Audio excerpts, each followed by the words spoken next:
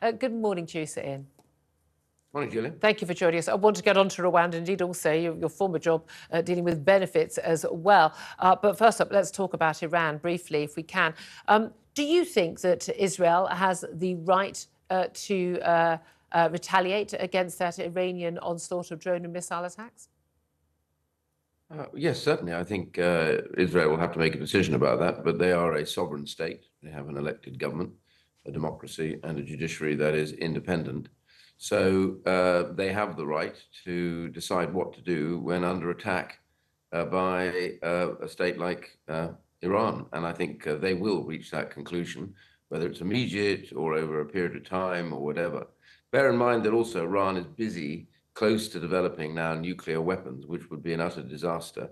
And the attempt by the West to have an emollient policy towards Iran in the hope that they wouldn't develop nuclear weapons has been a total disaster. And the British government, I'm afraid, and all politicians who back this are wrong about this. And well, do you think if there were retaliation, whether it's a military target or civilian targets, as Iran has attempted, again, it's a simple matter of, almost luck and, of course, the help of the Iron Dome that Israel has developed with American expertise and financing, and also the help of Western allies like the UK, US and France, and indeed, interestingly, Jordan, that prevented mass loss of life under that drone attack. But will countries like the US, Joe Biden having said, take the win?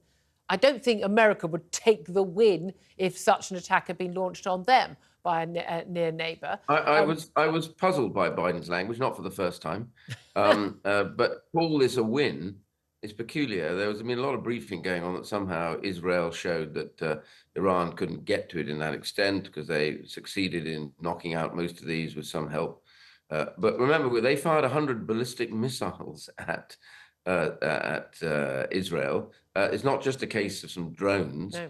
These were significant weapons with very great capacity to cause damage and harm on a much wider scale than was originally anticipated. All those people in the media saying, oh, well, it won't be a big response from Iran because they don't have the capability. They fired the kitchen sink at literally at Israel, and Israel's defense systems were capable and knocked out all but, as far as I understand it, one that actually managed to hit, cause some damage. And of course, one poor child is now in deep difficulty. So, this was an assault on the territorial right of Israel. When it comes to the attack on the IRGC, the Iranian Revolutionary Guard Corps generals that were in Syria at the time, in what was meant to be the annex to a embassy building.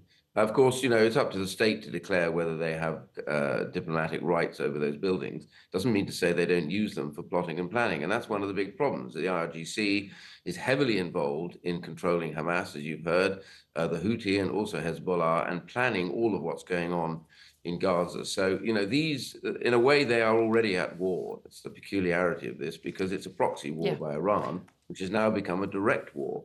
So the idea that somehow you stop because you won, I think Israel will make their own decisions about that. Certainly, I don't want this to escalate to a degree that becomes uncontrollable. But certainly, we have a major problem in Iran. Yeah, and there's no doubt at all that Britain and America, any other country, would be expected and not considered to be warmongering to retaliate at such an escalating attack by Iran. Do you think, just finally, very briefly, because I so much I want to talk to you about, do you think that the West is going to have enough backbone to stand behind Israel as our ally in the Middle East? Well, I was pleased that we were involved in trying to stop harm. Somebody said, why were we shooting down drones? Well, drones being fired across other people's territory have to be destroyed because you've no idea what they're aimed at. They could have been aimed at British bases, etc. So tackling those is very important. But the reality is that we've got to understand this, that Iran is a threat to everybody in the Middle East. Saudi has been at war with Iran. They've only normalized, in inverted commas, their relationship recently. But Iran is linked to China, Russia, North Korea. It's part of that ghastly axis of totalitarian states, and it foments revolution in even the other Arab countries. So this is not an anti-Islam thing. This is hugely about Iran's determination to dominate in the Middle East, and they use proxies to undermine all the other states as well, which is why, Jordan, for example, took out these drones as well, because they are a threat to Jordan. Indeed.